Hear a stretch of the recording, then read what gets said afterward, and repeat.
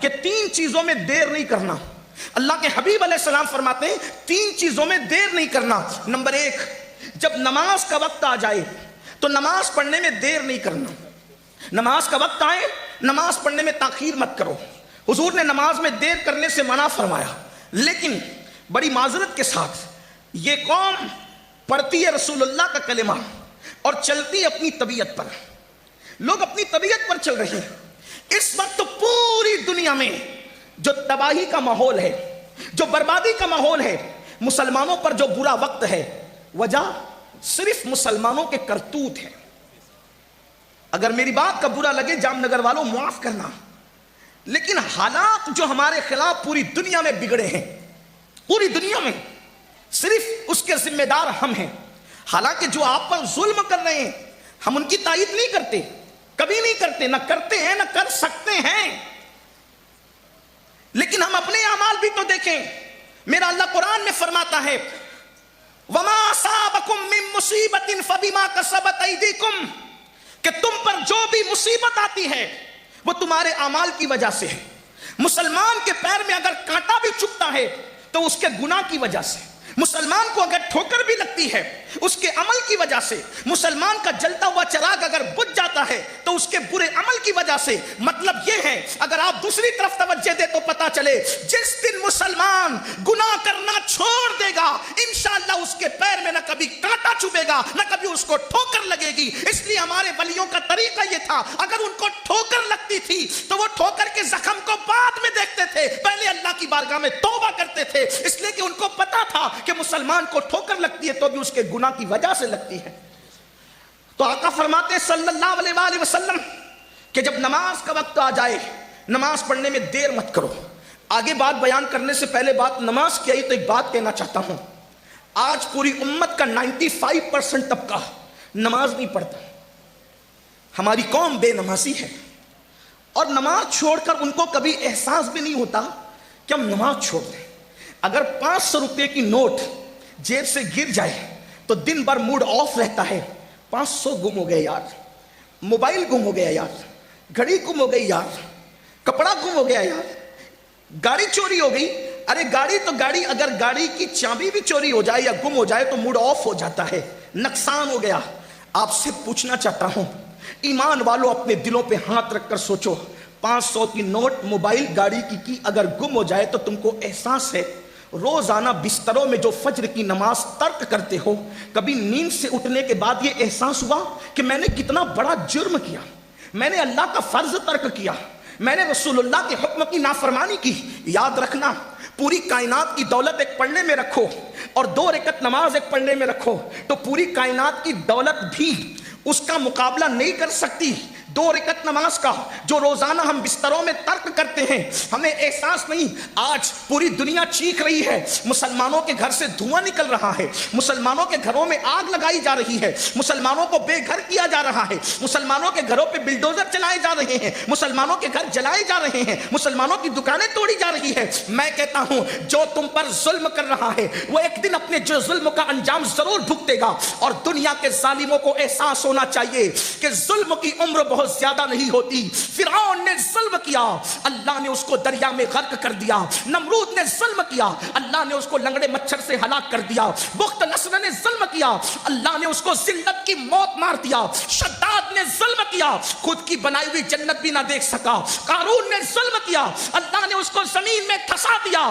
دنیا کے طاقتور حکمرانوں کو، پوری دنیا کے حکمرانوں کو یہ پیغام دیا جاتا ہے اللہ کی مخلوق پہ ظلم مت کرنا، اس لیے کہ مخلوق کمزور ہے لیکن خالق کمزور نہیں ہے. جب اس کی لاٹھی چلے گی تو کہیں کے نہیں رہو گے، تم بھی بے گھر ہو جاؤ گے، تمہیں بھی تباہ کر دیا جائے گا. تم پناہ تلاش کرو گے تو تمہیں پناہ بھی نہیں ملے گی. یاد رکھنا جو چڑیا کا گھونسلہ اجاڑ دے اللہ اس کے گھر کو بھی تباہ کر دیتا ہے. جو چڑیا کے آشیانے کو گرا دے اللہ اس کو بھی برباد کر دیتا ہے. میں اپنی قوم سے کہتا ہوں، اپنی بہنوں سے کہتا ہوں، اپنے بھائیوں سے کہتا ہوں جو ظلم کر رہے ہیں ہم ظالموں کے ساتھ نہیں، وہ غلط کر رہے ہیں. لیکن دوسری طرف تمہیں کہتا ہوں تمہارے گھر اجڑ رہے ہیں تو تمہیں کتنی تکلیف ہو رہی ہے. تمہارے گھروں پر آگ کی بارش ہو رہی ہے تو تمہیں کتنی تکلیف ہو رہی ہے. تمہاری دکانیں ٹوٹ رہی ہے تو تمہیں کتنی تکلیف ہو رہی ہے؟ کبھی سوچا آج میرا گھر اجڑ رہا ہے تو مجھے اتنی تکلیف ہو رہی ہے؟ صدیوں سے مسلمانوں نے اللہ کے گھر کو ویران کیا. جو قوم اللہ کے گھر کو ویران کر دے اللہ اس قوم سے کتنا ناراض ہوگا.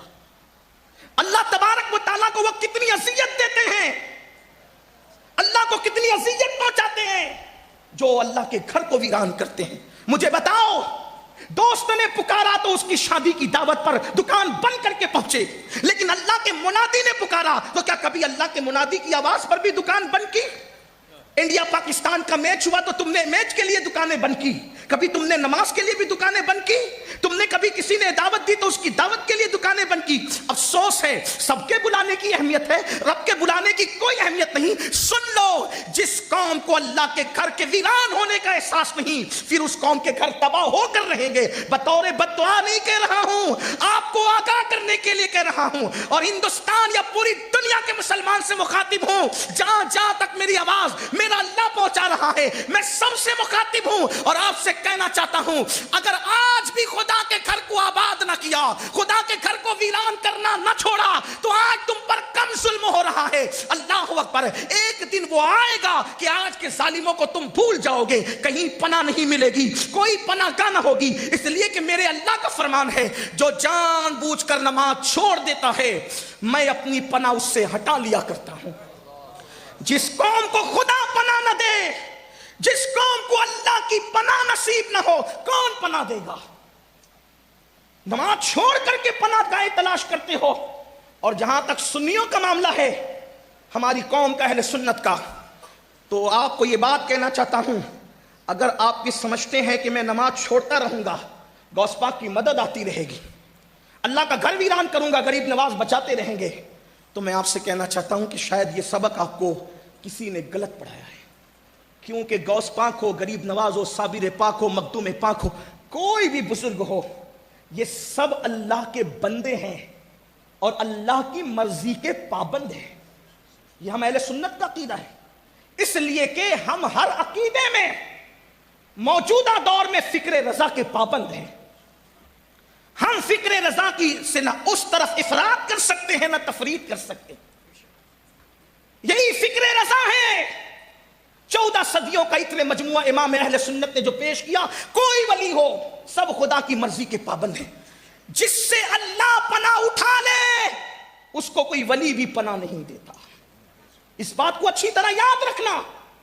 جس سے اللہ پناہ اٹھا لے، اگر یہ فکر تم لے کر کے چلے ہو کہ خدا کا گھر ویران کرتے رہو گے اور تمہارے گھر آباد ہوتے رہیں گے، تو میری قوم کے جوانوں اور اے سنی مسلمانوں، اپنے آپ کا احتساب کر لو. آج یہ میں آپ کو بتاؤں، اللہ حالانکہ میرا عنوان نماز نہیں ہے، لیکن بات نکلا یہ تو عرض کر رہا ہوں، میرا عنوان تو آج نکاح کی تقریبات کے حوالے سے بات ہے، اسی پر میں گفتگو کروں گا. لیکن بات چونکہ نکل آئی ہے تو ذرا آپ کی توجہ چاہتا ہوں، میری ماں اور بہنوں کی بھی توجہ چاہتا ہوں. اللہ اکبر، اللہ اکبر. بے نمازی پن ہو کر کے ہم چاہتے ہیں غوث پاک کی پناہ مل جائے گی، غریب نواز کی پناہ مل جائے گی، مخدوم پاک کی پناہ مل جائے گی، امام اہل سنت کی پناہ مل جائے گی. سن لو، غور سے سن لو. اللہ اکبر. میرے آقا مصطفیٰ جان رحمت صلی اللہ علیہ وآلہ وسلم اپنے صحابہ سے کہتے ہیں، اے میرے صحابہ، اللہ کی بارگاہ میں دعا کرو، اللہ کی بارگاہ میں دعا کرو. کیا دعا کرو؟ اے اللہ ہمیں محروم نہ کرنا اور ہمیں بدبخت نہ کرنا. آپ سے پوچھنا چاہتا ہوں، ذرا دل کے کانوں سے سننا. اس روایت کو میں جہاں سے پڑھ رہا ہوں، فقیہ ابو اللہ سمرقندی رحمت اللہ تعالی علیہ اس کو اپنی کتاب میں اس روایت کو لکھتے ہیں. اللہ کے رسول نے کیا فرمایا؟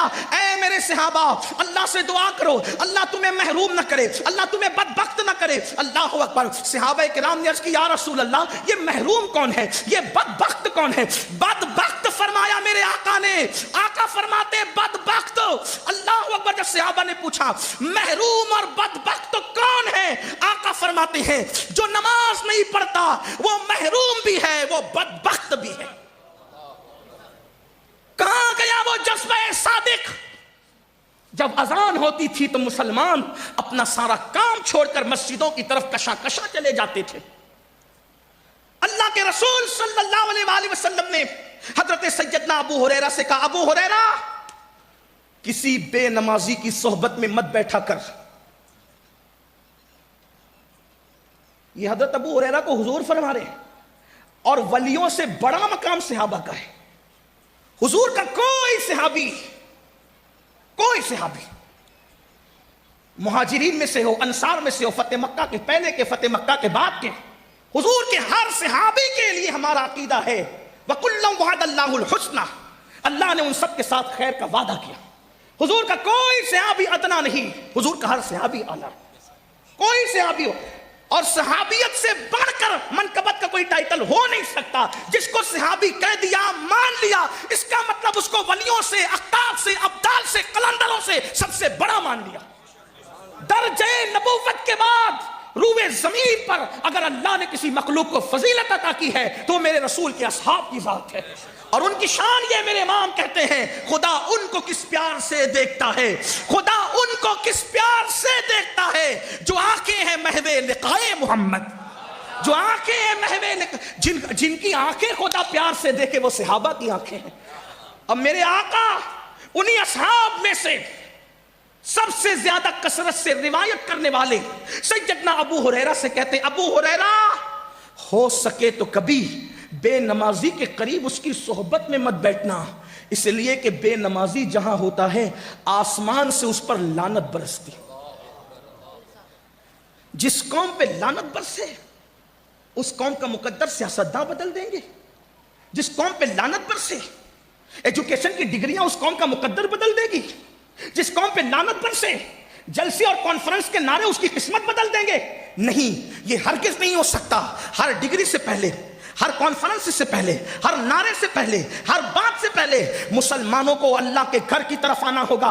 کل بھی ہمارے مسائل کا حل خدا کے گھر پر تھے، خدا کی چوکھٹ پر تھے، خدا کی بارگاہ میں تھے، اور آج بھی خدا ہی کے دربار سے ہمارے ہر مسئلے کا حل ہوگا. اور مسلمانوں یاد رکھنا، اگر تم سب جگہ گئے تو در در کی ٹھوکریں کھاؤ گے لیکن مسئلے کا حل نہیں ہوگا. ذلت مقدر بن جائے گی، ذلت کی وادیوں میں بھٹکتے رہو گے، جرائم کے دلدل میں ڈوبے رہو گے. نہ کوئی بچا سکتا ہے، نہ کوئی بچا سکے گا. اگر اپنے مسائل کا حل چاہتے ہو خدا کے گھر کو آباد کرو، خدا کے گھر کو ویران مت کرو. اور اگر آپ نہیں چاہتے، اللہ اکبر، آپ یہ چاہتے کہ اللہ آپ کا گھر ویران ہونے سے بچا لے تو خدا کے گھر کو سجدوں سے آباد کرو. کیونکہ فرمایا گیا جب لوگ مسجدیں تعمیر کرتے ہیں اور مسجد میں نماز پڑھنے نہیں آتے تو رات کی تاریکی میں مسجد اللہ کی بارگاہ میں عرض کرتی ہے مولا جس نے مجھے ویران کر دیا تو ان کے گھروں کو ویران کر دے. اب آپ سے پوچھنا چاہتا ہوں، مسجد جس قوم کی ویرانی، مسجد جس قوم کی تباہی، مسجد جس قوم کی بربادی کی دعا کرے وہ قوم کیسے آباد ہوگی؟ اس لیے میرے آقا کا فرمان دل پہ لکھ لو اور یاد رکھنا. پھر کہتا ہوں نماز کا عنوان نہیں، لیکن بات آئی تو عرض کرتا ہوں، مرتے وقت جتنی تکلیف بے نمازی کو ہوتی ہے اتنی کسی کو نہیں ہوتی. مرنے والا جب بے نمازی مرتا ہے تو اللہ کے حبیب غیب نبی صلی اللہ علیہ وآلہ وسلم فرماتے ہیں بے نمازی پر اللہ اتنی پیاس مسلط کرتا، اتنی پیاس کہ اگر 7 سمندروں کا پانی بھی اس کے منہ میں انڈیل دیا جائے تو دنیا کی کوئی طاقت اس کی پیاس نہیں بجھا سکتی. کروڑ پتی بننے کی تو بڑی فکر کی نا، ایک دکان سے 4 دکان کرنے کی تو بڑی فکر کی نا، اپنے بچوں کو، اپنے مستقبل کو سنوارنے کی بڑی فکر کی. اچھی بات ہے، مبارک ہو، میں منع نہیں کرتا، لیکن اپنا بھی تو مستقبل سوچو. ایک دن موت ہے، موت کا شکنجہ ہے، موت کا وہ خوفناک شکنجہ. موت نے کبھی کسی کو نہیں دیکھا، نہ موت تمہارا قبیلہ دیکھے گی، نہ موت تمہارا علاقہ دیکھے گی، نہ موت تمہاری صورت دیکھے گی، نہ موت تمہاری ڈگری دیکھے گی. موت کو تو جو حکم ہوگا وہی ہوگا. اللہ اکبر. ذرا لرز تو جائیے، ذرا اندازہ تو کیجئے، بے نمازیوں کو میرے آقا سچے نبی، ساقی حوض کوثر، مصطفیٰ جان رحمت، شمع بزم ہدایت، میرے اور آپ کے آقا غیب دا نبی فرما رہے ہیں اپنے نبی پر یقین ہے نا تو اپنے نبی کی بات تو سنو اور غور تو کرو. اللہ اکبر. کہ جب بے نمازی کو موت آتی ہے اس پر اتنی پیاس مسلط کر دی جاتی ہے کہ 7 سمندروں کا پانی بھی اس کے منہ میں نچوڑ دیا جائے تو بھی کوئی اس کی پیاس نہیں بجھا سکتا. کہاں 7 سمندروں کے پانی کی پیاس اور کہاں بہو، کہاں پر داماد، کہاں پر بیٹا تھوڑا تھوڑا چمچے سے پانی انڈیل رہے ہوتے ہیں. جن لوگوں کو تجربہ ہے ان کو معلوم ہے کہ اگر کسی کو پیاس زیادہ لگی ہو اور تھوڑا سا پانی منہ میں ڈالا جائے تو پیاس بجھتی نہیں ہے بلکہ پیاس اور بڑھ جاتی ہے. ہائے کیا تڑپ ہوگی، ہائے اس وقت کی بے چینی کیا ہوگی، اس وقت کی بے قراری کیا ہوگی. ارے ابھی گجرات میں، یو پی میں، بہار میں، مہاراشٹر میں، راجستھان میں جو ہے وہ ڈگری گرمی کا جو ہے وہ تاپمان جو ہے کہیں 47 کہیں 48، لوگ ہائے ہائے کر رہے ہیں، گھر کے باہر نہیں نکل رہے ہیں، لوگ فریج کی ٹھنڈی بوتلیں اپنے حلق میں انڈیل رہے ہیں. لیکن آپ سے پوچھنا چاہتا ہوں یہ درجے حرارت کے کے بڑھنے کا علاج ہم نے تو ڈھونڈ لیا، لیکن سکرات کی کیفیت میں بے نمازی پن کی وجہ سے جو پیاس اللہ مسلط کرے گا، اس سے بچنے کا کیا کیا؟ اس وقت تڑپو گے، بے چین ہوگے، پچھتاؤ گے، لیکن وقت نکل چکا ہوگا۔ اس لیے صرف 10 منٹ کا ٹائم، صرف 10 منٹ، 5 وقت نکالنے سے ہوتا کیا ہے؟ دوستوں کے ساتھ چائے پینے بیٹھتے ہو تو گھنٹوں چلے جاتے ہیں، واٹس ایپ چیک کرتے ہو تو گھنٹوں چلے جاتے ہیں، فیس بک پر بیٹھتے ہو تو پوری پوری رات گزر جاتی ہے، یوٹیوب پر بیٹھتے ہو تو کئی گھنٹے چلے، ارے سب تو چھوڑو، غیبت کرنے بیٹھتے ہو تو گھنٹوں چلے جاتے ہیں۔ یہ ایسا، وہ ویسا، وہ سب ویسے ہیں، تو اپنے آپ کا بھی تو احتساب کرو۔ قرآن کہتا ہے یا ایھا الذین آمنوا علیکم انفسکم، ایمان والو اپنی فکر کرو۔ آپ نے پوری دنیا کی فکر مچا رکھی، کبھی اپنے بارے میں بھی سوچا آپ کا ایمان پہ خاتمہ ہوگا بھی یا نہیں؟ خاتمہ ہو رہا ہوگا تو اس وقت تو پیاس کی شدت کیا ہوگی؟ فجر میں سوتا پڑا ہے، ظہر میں کاروبار میں لگا ہے، عصر میں بچوں کے ساتھ بیٹھا ہے، مغرب میں دوستوں کے ساتھ لگا دیا، عشاء میں لہو و لعب میں گم ہو کر کے پوری 5 وقت کی نمازوں کو ضائع کر دیا۔ آؤ آج اس جشن شادی کے موقع پر یہ دل میں عہد کر لو کہ سردی ہو، گرمی، بارش ہو، موسم کوئی ہو، کسی کی میت ہو یا کسی کی شادی ہو، کبھی نماز نہیں چھوٹنے دیں گے، کبھی نماز نہیں چھوٹنے دیں گے۔ مرتے وقت سب سے زیادہ تکلیف بے نمازی کو ہوتی ہے، اور قبر میں عذاب سب سے زیادہ کسی کو ہوتا ہے تو بے نمازی کو، سب سے زیادہ عذاب۔ اور ہمارے اندر طاقت نہیں، ہال کی گرمی سے لوگ اس وقت تو بے حال ہے، حالانکہ پنکھے چل رہے ہیں، ہوا بھی آ رہی ہے، کچھ علاقہ کھلا بھی ہے۔ آپ سے پوچھتا ہوں، صرف تھوڑا غور کرو، اتنا لمبا چوڑا حال بنا ہوا ہے، اس گرمی نے ہمیں بے حال کر رکھا ہے۔ وہ 2 گز زمین کی جو قبر ہے، اوپر مٹی، نیچے مٹی، دائیں مٹی، بائیں مٹی، آگے مٹی، پیچھے مٹی، مٹی ہی مٹی، نہ تکیا، نہ بستر، نہ چادر۔ وہ گرمی کیسے ہوگی؟ وہ حرارت کیسی ہوگی؟ اس سے ہڈیاں بھی پگھلتی ہے، اس سے گوشت بھی پگھلتا ہے، قبر کے کیڑے الگ طوفان مچا رہے ہوتے ہیں، اور دنیا کی کوئی طاقت بچانے کے لیے نہیں آتی۔ اس لیے میرے بھائیوں، اپنے آپ کا احتساب کر لو۔ میری گزارش ہے، درد دل کے ساتھ، دل کی تڑپ کے ساتھ تم سے کہتا ہوں، خدا تمہیں کبھی وہ دن نہ دکھائے میرے عزیز کہ قبر کی گرمی تمہیں جھلسائے، اس لیے کہ قبر میں ٹھنڈک نہ پنکھے کی وجہ سے ہے، نہ قبر کی ٹھنڈک اے سی کی وجہ سے ہے، نہ قبر کی ٹھنڈک۔ بھئی بیٹھ جائیں، آپ ڈسٹرب نہیں کریں، مہربانی مہربانی، اللہ کا واسطہ اٹھا بیٹھا نہ کریں کسی کو، جو جائے اس کو وہی رہنے دے۔ ایک بار درود شریف پڑھیں، رب صلی وسلم دائما ابدا علی حبیبک خیر الخلق کلہم۔ جب ایک بار اللہ رسول کا ذکر شروع ہو جائے تو پھر جو جائیں اس کو وہیں چھوڑ دیں۔ ایک بار بلند آواز سے عاشقوں کی طرح درود شریف پڑھ لیں، رب صلی وسلم دائما ابدا علی حبیبک خیر الخلق کلہم۔ قبر کی ٹھنڈک اے سی کی وجہ سے نہیں، قبر کی ٹھنڈک پنکھے کی وجہ سے نہیں، قبر کی ٹھنڈک کس وجہ سے ہے؟ جو لوگ دنیا میں رسول اللہ کی آنکھوں کو ٹھنڈک پہنچاتے ہیں سجدے کر کے، اللہ نے ان کی قبروں کے اندر ٹھنڈک پہنچانا ہے۔ قبر ان کی ٹھنڈی ہوگی جنہوں نے رسول اللہ کی آنکھوں کو ٹھنڈک پہنچائی ہوگی سجدے کر کے، اور ان کی قبر اللہ اکبر جہنم کے گڑھوں میں سے گڑھا ہوگی، ان کی قبروں کے اندر جہنم کی آگ بھڑک رہی ہوگی۔ جنہوں نے دنیا میں دکانوں پر تو توجہ دی، مکانوں پر تو توجہ دی، کاروبار پر تو توجہ دی، لیکن نماز کے لیے وقت نکال کر کبھی رسول اللہ کی آنکھوں کو